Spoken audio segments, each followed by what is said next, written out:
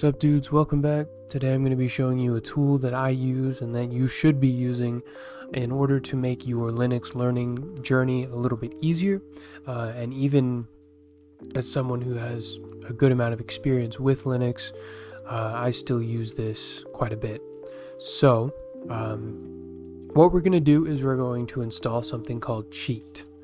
And what Cheat is going to do is it's going to act as a better version or a supplement to the default Linux man pages. And if you're familiar with Linux at all, you've probably used man pages before. The most basic command that you can use is just man, and then you type in the name of the command that you want to know more about. So say ls. We can type that and we'll get all this information about the ls command.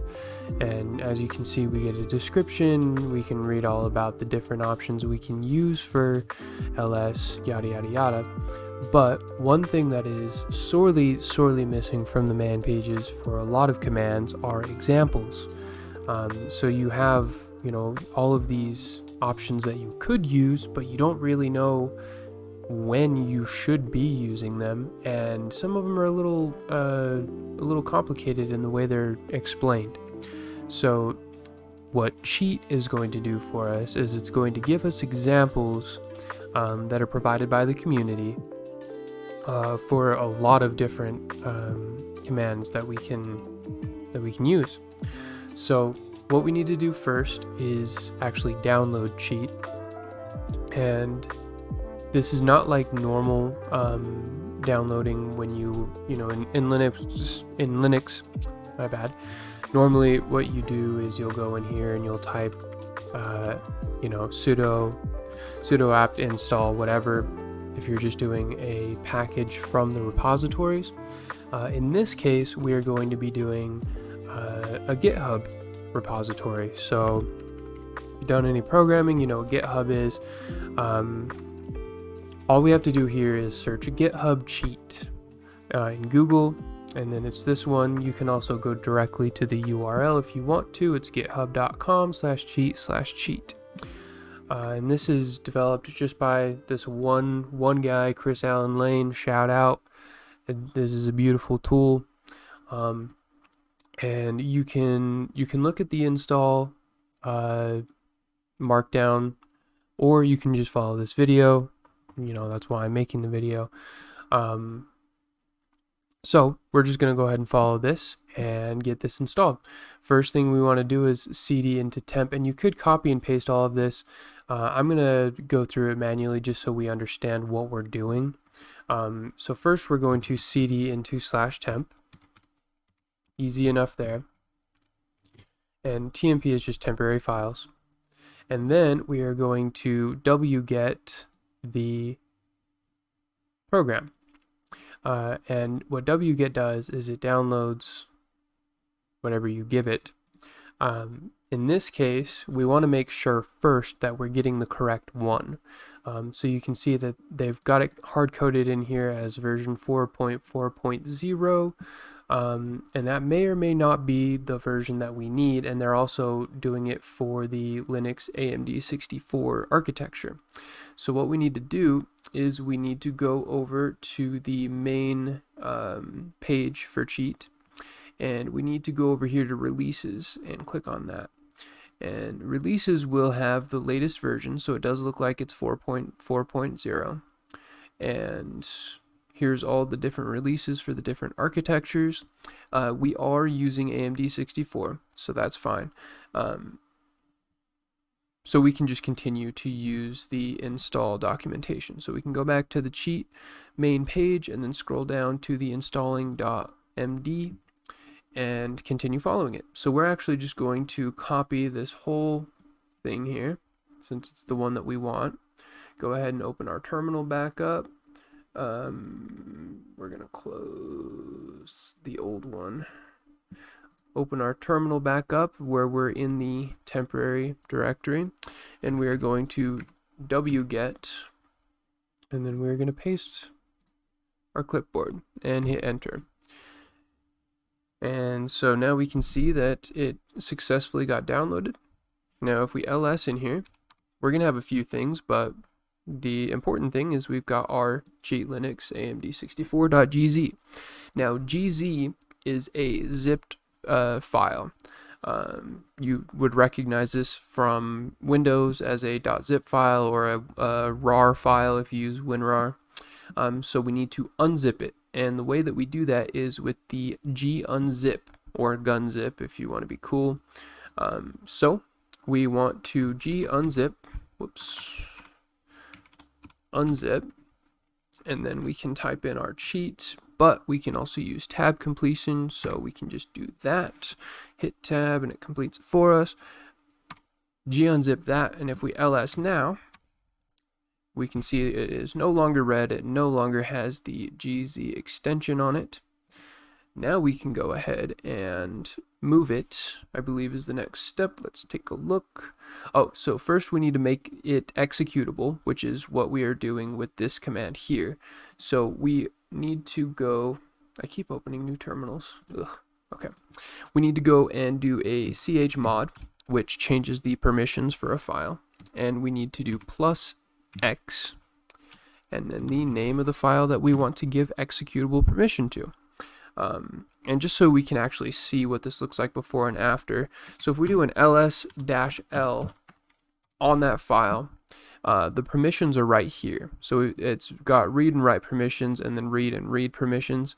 We're going to be adding executable permissions to that. So if we do chmod +x and then put in our file, if we do ls-l again, we will see that we now have execute permissions on all, and I believe this is user group and anybody. I know this is user and group permissions, but this final one I am blanking on. I think this is anyone. I'll make another video about that, so don't worry. Important thing is it's now executable, and we can go on to the next step, which is moving it into our user local bin cheat, or user local bin. So we need to use sudo for this. So we're going to do sudo move, and then we need to put in our file, and then we need to put in our path. So it's user, oh, let me double check. User local bin cheat. So user local bin cheat. And what this will do is it will rename the file and put it into user local bin. So let's go ahead and hit enter our password. And if we ls, we can see it's no longer in the temporary file, but if we cd into user local bin, we will be able to see that cheat is now in here. And the reason that we moved it in here is to put cheat onto the path, meaning that now that it's on the path, we can execute it from anywhere. So we can cd to our home directory, and to execute the cheat command, all we have to do is type cheat and then whatever command we want to know more about. So in this case, I'll do ls, since we did that as the example the first time, and it will ask you the very first time that you run cheat to generate a config file. So I go ahead and just click yes for that, or press Y and press enter for that. And then absolutely you do want the community cheat sheets, because there are tons of these that have already been created, and it's a fantastic resource. You can create your own cheat sheets as well, which I'll go over in another video, but for now we're just going to use the community ones because there's a ton of good resources already available. So once that's done, we can go ahead and just do cheat ls, and we will have, if we scroll up here, we have the output for examples, which is huge. Like, it shows us exactly how to use these commands instead of just telling us what they do, which makes learning Linux and commands in Linux so much more user-friendly and beginner-friendly. One thing that we do need to do first, though, don't click off yet, because there are some important configuration changes that you want to make, because as you can see, it's a little inconvenient to have to scroll around on this, and also there's no color coding at all. So in order to do that, we have to change the config file, and we can actually go over here, and if we scroll down, it'll tell us how.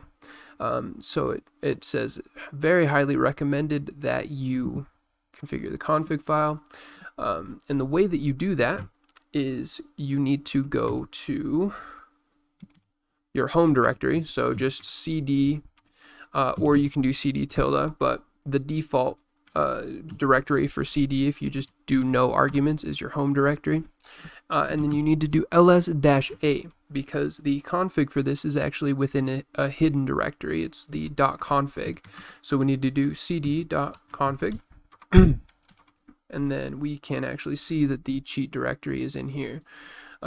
So we need to do cd into cheat and ls, and we've got the config.yaml file. And so in order to open this, we need to do nano, which is a text editor, and then the name of the file. And there's some debate about text editors and stuff like that. We'll go over that in another video as well. I'm not here to take any sides with Nano or Emacs or any of the other ones, Vim.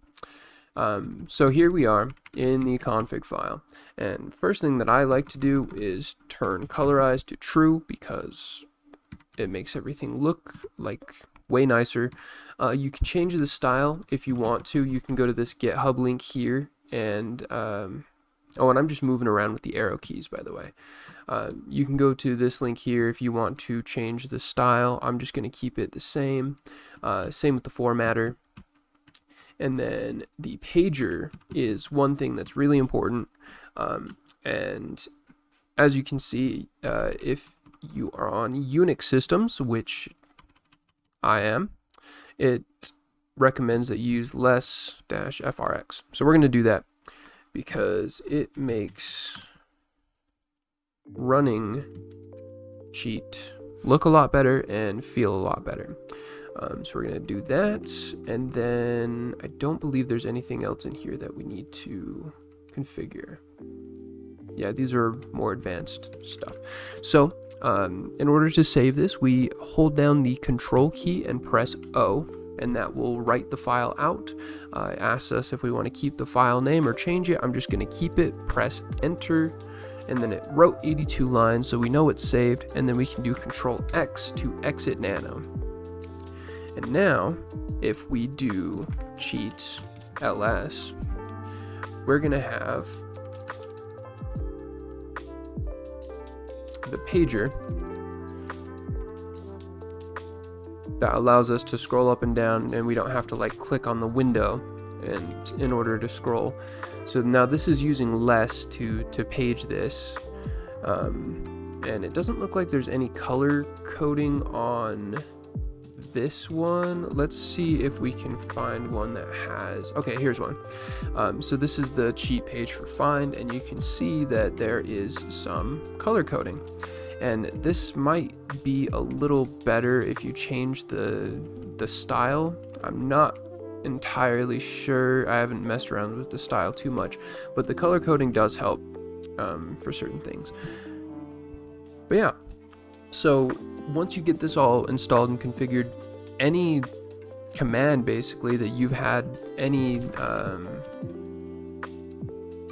questions about, you can go in here and take a look at exactly how people are using it, and these are typically like the most frequent usages of them. So yeah, you can go in here, take a look, and if any command that you have a question on, you can pretty much find here. So yeah, great resource. Take your time to look around in it. Definitely check out the GitHub page if you have any questions about how to create your own cheat pages, or if you have any questions about installing on other systems, whatever, there is a lot of resources on the GitHub page to help you use this tool. So yeah, I hope that helps. Take care, everybody, and until next time.